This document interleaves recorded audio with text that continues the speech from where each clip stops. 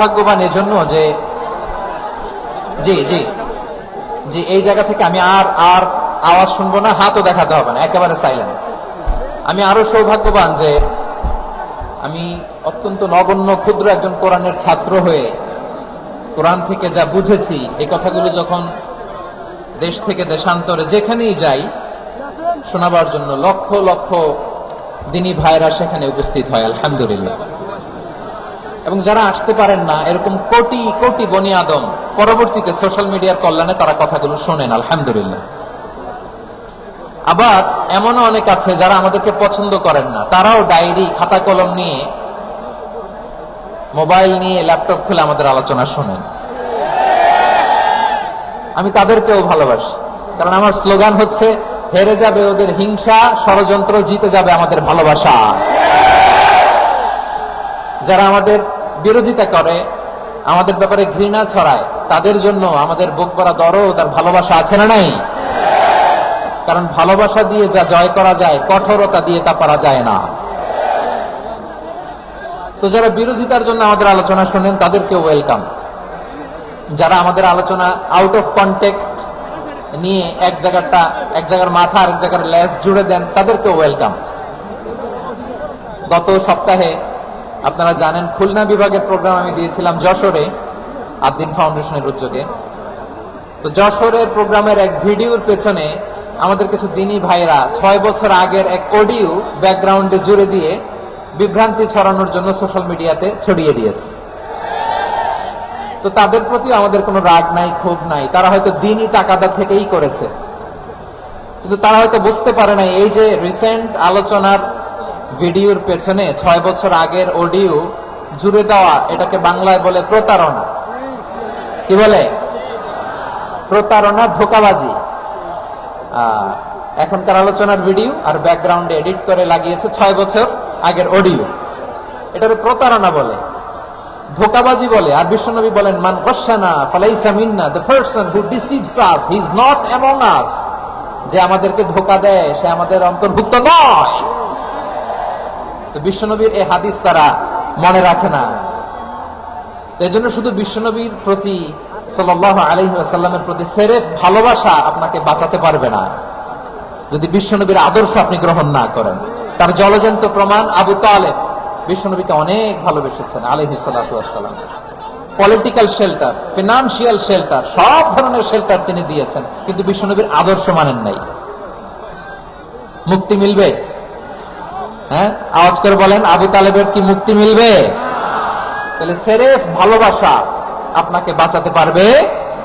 ভালোবাসার পাশাপাশি বিশ্বনবীর আদর্শকে মেনে নেওয়ার দরকার আছে না নাই? তো যারা এই সমস্ত কাজ করেন আমাদের ভাইয়েরা, তাদের জন্য আল্লাহ তাআলার কাছে আমরা হেদায়েতের দোয়া করি। আবার আমি দেখেছি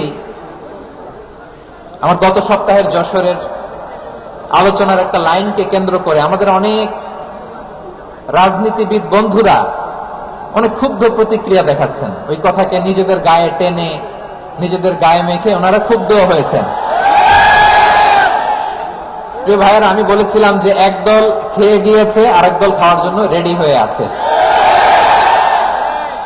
তো এখানে কি আমি কোন দলের নাম বলেছি? বাংলাদেশে 48টা প্রায় নিবন্ধিত রাজনৈতিক দল, কোন দলের নাম আমি বলিনি। কথাটাকে আমি জেনারেল রেখেছি। দায়ীদের বৈশিষ্ট্যই এটা, দায়ীরা জেনারেলি কথা বলে, যার যেই মেসেজ নেয়ার তারা সেখান থেকে নিয়ে নেয়।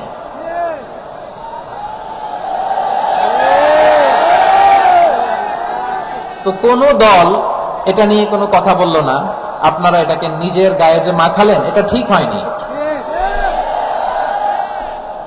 আমি বলবো যে এটা খুবই অনভিপ্রেত হয়েছে। কোন দলকে টার্গেট করে বা কোন দলের পক্ষে আমরা কখনো কথা বলি না। আমরা কোরআনের পক্ষে কথা বলি, ইসলামের পক্ষে কথা বলি, ঠিক কিনা বলেন? সো একটা জেনারেল কথাকে যদি আমার রাজনীতিবিদ বন্ধুরা নিজেদের গায়ে মাখেন, ক্ষুব্ধ প্রতিক্রিয়া জানান, এতে করে সাধারণ জনগণের কাছে একটা নেগেটিভ মেসেজ যাবে ওনাদের ব্যাপারে। এটা হোক আমরা চাই না। এদেশের যত এই যে আমার ভাইয়েরা, এই যে আমি যে কথা বলতেছি সাদা টুপি,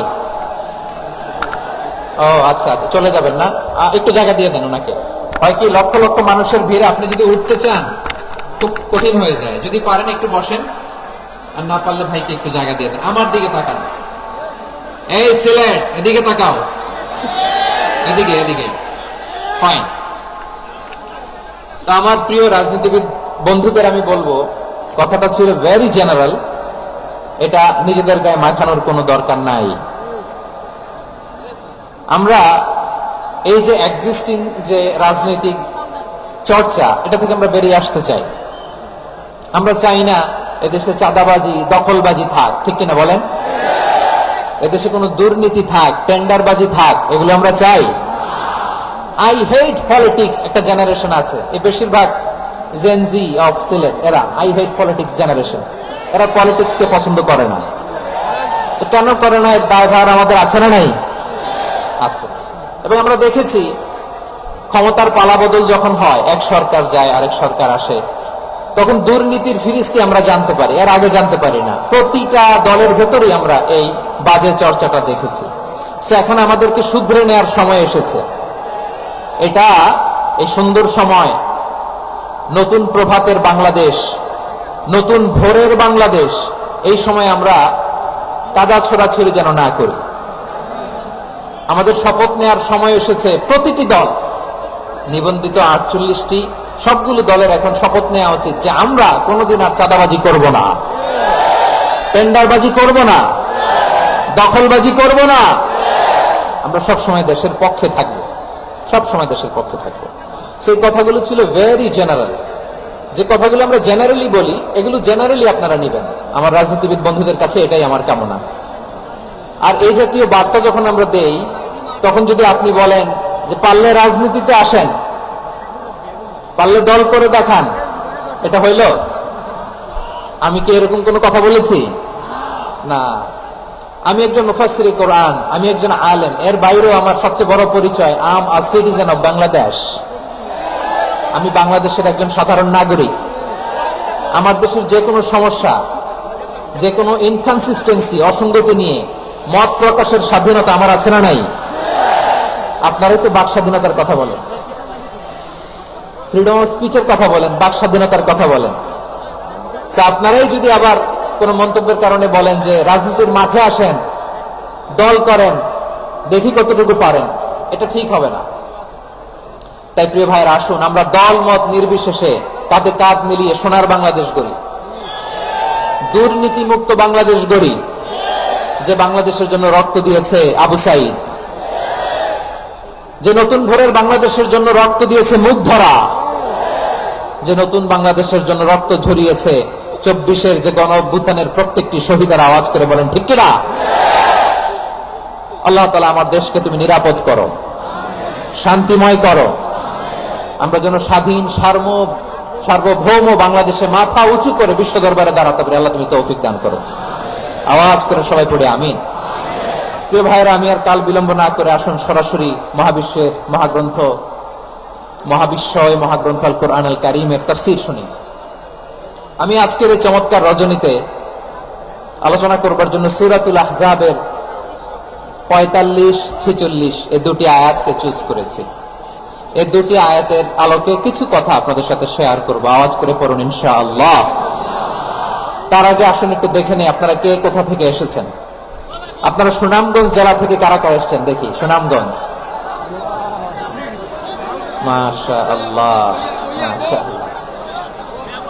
মাশাআল্লাহ, ঠিক আছে, হাত নামাও। সুনামগঞ্জ গেল। হবিগঞ্জ, হবিগঞ্জ, ঠিক আছে, হাত নামাও। মৌলভীবাজার দেখি, মৌলভীবাজার, মাশাআল্লাহ, ঠিক আছে। এবার সিলেটের কারা কারা দেখি।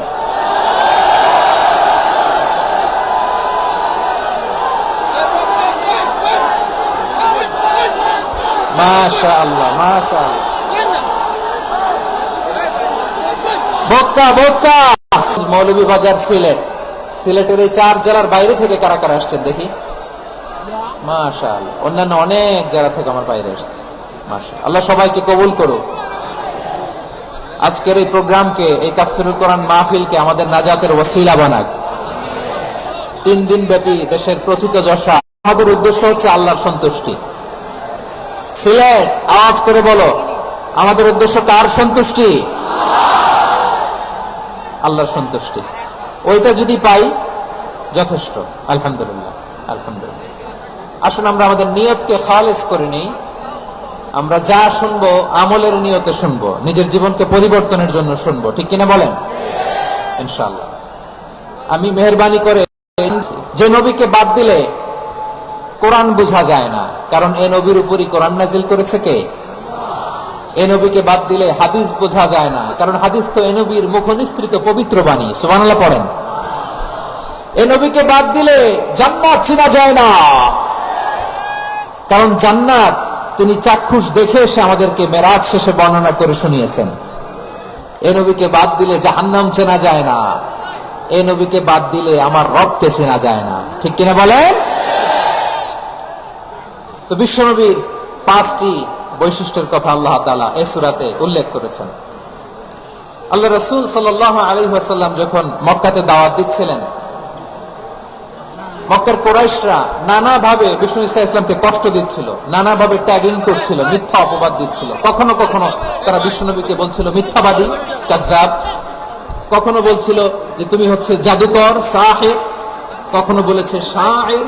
মুহাম্মদ তুমি কলেজা টুকরা সিলেটের ভাইরা বিশ্বনবীর ব্যাপারে মিথ্যা অপবাদ মৌলিকভাবে দিয়েছে কয়টি? 5টি। বলেছে তুমি মিথ্যাবাদী, বলেছে তুমি গণক, তুমি কবি, তুমি পাগল, তুমি জাদুকর। বিশ্বনবীকে যে 5টি অপবাদ দেয়া হলো, আল্লাহ তাআলা এটা সহ্য করেননি। এই 5টি অপবাদের বিপরীতে আল্লাহ তাআলা বিশ্বনবীর 5টি চমৎকার বৈশিষ্ট্য উল্লেখ করে সূরাতুল আহজাবের 2টি আয়াত নাযিল করেছেন। আওয়াজ করে পড়েন আল্লাহু আকবার। 5টি চমৎকার বৈশিষ্ট্য সূরাতুল আহজাবের ভেতরে রব্বুল আলামিন উল্লেখ করে আমাদেরকে জানিয়ে দিচ্ছেন, ইয়া ওয়াসিরাজাম মুনীরা। পড়েন আল্লাহু আকবার।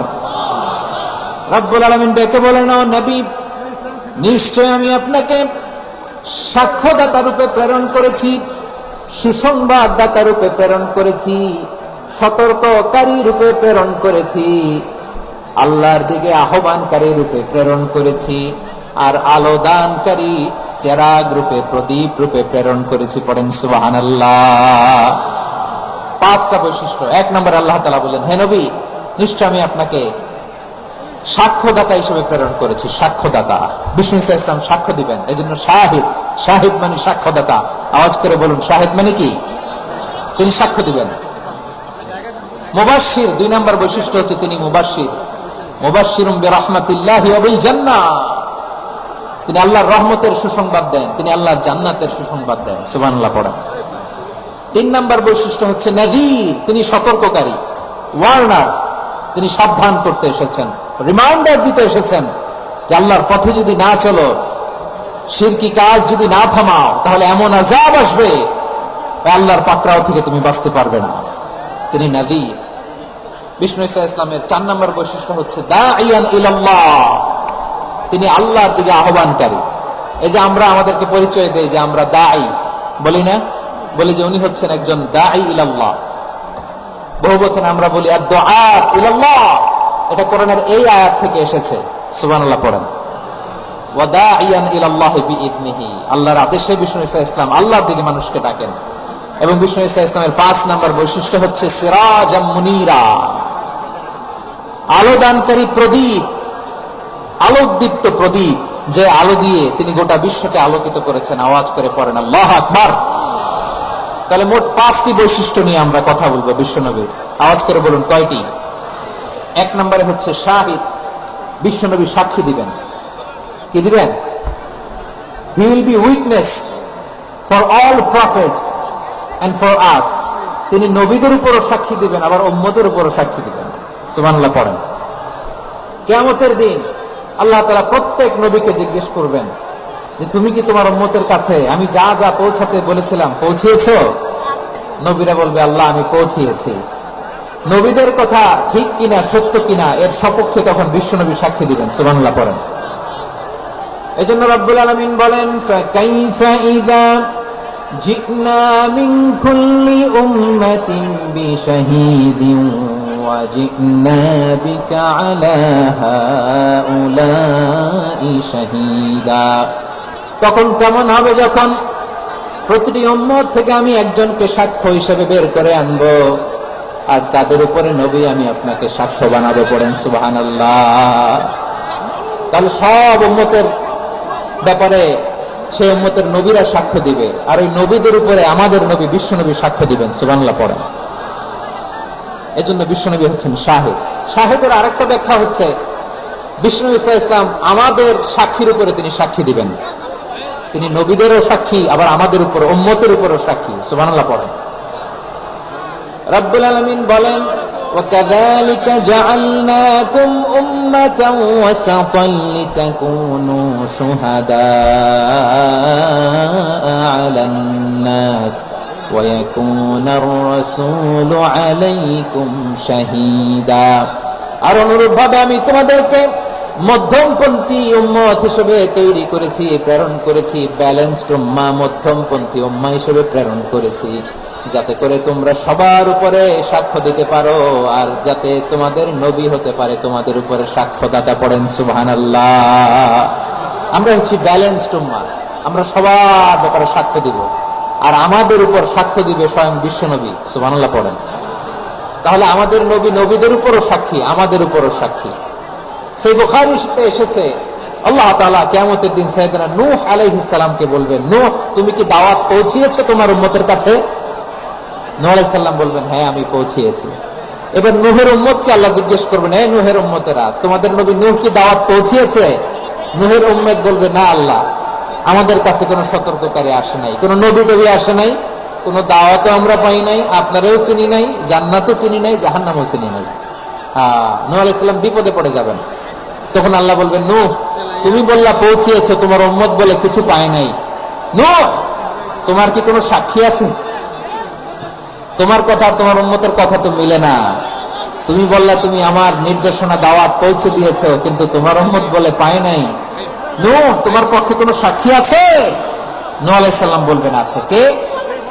উম্মতে মুহাম্মাদ। তখন আমরা বলবো, আল্লাহ নবী নূহ আলাইহিস সালাম তিনি আপনি যা যা বলেছেন ঠিক তা তার উম্মতের কাছে পৌঁছে দিয়েছে। এবার নূহের উম্মতের সাথে আমাদের ঝগড়া লাগবে। তারা বলবে, তোমরা আসছো আমাদের হাজার হাজার বছর পরে, তোমরা কি করে জানলা? তোমাদের সাক্ষী ধর্তব্য হবে না। আমরা তখন বলবো, আমাদের কোরআনে তোমাদের নবীর নামে আল্লাহ তাআলা একটা সূরা নাযিল করেছেন, সূরাতে নূহ। আওয়াজ করে পড়েন আল্লাহু আকবার। আমরা বলবো, আমাদের কোরআনে তোমাদের নবীর কথা আল্লাহ আমাদেরকে জানিয়েছেন, দিন রাত এক করে তোমাদের কাছে তিনি দাওয়াত পৌঁছেছেন। তোমরা কানের মধ্যে হাত দিয়ে রাখতা, চেহারাটা কাপড় দিয়ে ঢেকে রাখতা, আল্লাহর নবী নূহকে পিটিয়ে ছালা দিয়ে পেঁচিয়ে তোমরা পাহাড়ে তুলে রেখে আসতা। সব আমরা জানি। আমরা যখন বলবো এই কথা, নূহের উম্মত চুপসে যাবে। তখন আমরা সত্য বলেছি কিনা এটা আল্লাহ তাআলা জানতে চাইবে বিশ্বনবীর কাছে। তখন বিশ্বনবী আমাদের পক্ষে সাক্ষী দিবেন। আওয়াজ করে বলেন আল্লাহু আকবার। এই জন্য আল্লাহ বলেন, নবী আপনি হচ্ছেন সাক্ষ্যদাতা, সব নবীদের উপর আপনি হবেন সাক্ষী, আবার আপনার উম্মতের সাক্ষীর উপর আপনি হবেন সাক্ষী। তার মানে নবী গো, কিয়ামতের কঠিন ময়দানে আপনি হবেন রাজ সাক্ষী। বিশ্বনবী কি সাক্ষী? আওয়াজ করে বলেন, রাজ সাক্ষী, সব সাক্ষীর বড় সাক্ষী। এজন্য বিশ্বনবীকে আল্লাহ তাআলা প্রথম যে বৈশিষ্ট্যটা দিয়েছেন সেটা হচ্ছেন শাহিদ। তিনি সাক্ষ্যদাতা, witness for all messenger of God and for all of us. সুবহানাল্লাহ পড়েন। তাহলে এক নম্বর বৈশিষ্ট্য বুঝতে পেরেছেন? বুঝতে পেরেছেন সবাই? মাশাআল্লাহ। এদিকে কি ভাই, এই যে জেনজি অফ সিলেট, কি তোমরা বসো না, দাঁড়াও না, যাও না, আসো না, চলে যাবা? এই লক্ষ মানুষ ঠেলে তোমরা যেতে পারবা? হ্যাঁ,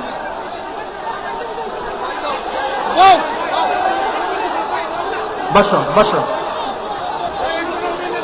বসতে হবে। শুরুতেই তোমাদের অনেক প্রশংসা করলাম, এই যদি হয় তোমাদের প্রশংসার নমুনা, তাহলে হবে না। বসো, মেহেরবানি করে বসো, বসো।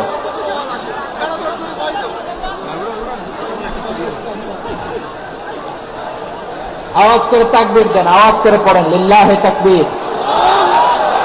আরো জোরে আওয়াজ করে পড়তে হবে লিল্লাহে তাকবীর। লিল্লাহি তাকবীর। আমার প্রিয় সিলেটবাসী, আমার দিকে তাকান, আমার দিকে তাকান। জি, এরকম গ্যাদারিং হলে পাবলিক ইভেন্ট বন্ধই করে দিতে হবে আমাদের। আমার দিকে তাকান। তাহলে আল্লাহ তাআলা বিশ্বনবীর 5টি বৈশিষ্ট্যের কথা বলেছেন। একটি বৈশিষ্ট্যের ব্যাপারে আমরা জানলাম, তিনি হচ্ছেন শাহিদ, সাক্ষ্যদাতা, সবার উপরে সাক্ষ্যদাতা। 2 নম্বর বৈশিষ্ট্য হচ্ছে মুবাশশিরা, তিনি সুসংবাদদাতা। সিলেটবাসী আওয়াজ করে আমার সাথে বলো, মুবাশশিরা মানে সুসংবাদদাতা। তিনি আল্লাহর রহমতের সুসংবাদ দেন, তিনি জান্নাতের সুসংবাদ দেন। এই উম্মতের মধ্য থেকে যারা গাফেল, যারা অবাধ্য, যারা সীমা লঙ্ঘনকারী, তাদেরকে বিশ্বনবী আল্লাহর রহমতের সুসংবাদ দেন। তিনি বুঝান আল্লাহর দরবার 24/7, 24 ঘন্টা খোলা। আপনি যত বড় পাপী হন, আপনি যতই অন্যায় করেন না কেন, আল্লাহর রহমতের দরিয়া, আল্লাহর রহমতের দরজা আপনার জন্য খোলা আছে না নেই? জায়নামাজটা বিছিয়ে দেন, চোখের পানি ছেড়ে দেন, 2 রাকাত নামাজ পড়ে সেজদায় লুটিয়ে পড়ে কাঁদেন। যত গুনাহ আপনার হোক না কেন, আপনার গুনাহ মাফ করে কবুল করে নেবে কে? মুবাশশিরান বিরাহমাতিল্লাহ, বিশ্বনবী তিনি সুসংবাদদাতা। বেয়ারার অফ গ্ল্যাড টাইডিংস, সুসংবাদ দেন। পাপী, অবাধ্য, সীমালঙ্ঘনকারীদেরকে তিনি আল্লাহর রহমতের সুসংবাদ দেন। আল্লাহর রহমত থেকে মুখ ফিরিয়ে নিও না। তিনি যে কত দয়ালু, তিনি যে তোমার কত ভালোবাসে তুমি জানোই না। আমি আমাকে যত বেশি ভালোবাসি, তার চেয়ে আমাকে বেশি ভালোবাসে কে? সবাই বলেন, বুঝতে পারেন? আমি আমাকে যত বেশি ভালোবাসি, তার চেয়ে আমাকে বেশি ভালোবাসে কে? আমার মাতা পিতা আমাকে যত ভালোবাসে, তার চেয়ে আমাকে বেশি ভালোবাসে কে? আমার প্রিয়তম স্ত্রী আমাকে যত বেশি ভালোবাসে, তার চেয়ে আমাকে বেশি ভালোবাসে কে? মুবাশশিরান বিরাহমাতিল্লাহ, তিনি আল্লাহর রহমতের সুসংবাদ দেন। আল্লাহর রহমতের শেষ নেই, আল্লাহর ভালোবাসার শেষ নেই। মুবাশশিরান বিল জান্নাহ, তিনি জান্নাতের সুসংবাদ দেন। এই উম্মতের মধ্যে থেকে যারা আল্লাহওয়ালা, যারা প্র্যাকটিসিং, যারা ঈমানদার, তাদেরকে বিশ্বনবী জান্নাতের সুসংবাদ দেন। আওয়াজ করে পড়েন সুবহানাল্লাহ। এজন্য রব্বুল আলামিন বিশ্বনবীর পরিচয় অন্য আয়াতে এভাবে তুলে ধরেন, ওয়ামা আরসালনাকা ইল্লা কাফাতান লিন-নাসি বাশীরান ওয়া নাযীরা। নবী হে, আমি গোটা জগৎবাসীর জন্য আপনাকে সুসংবাদদাতা এবং সতর্ককারী করে জমিনে প্রেরণ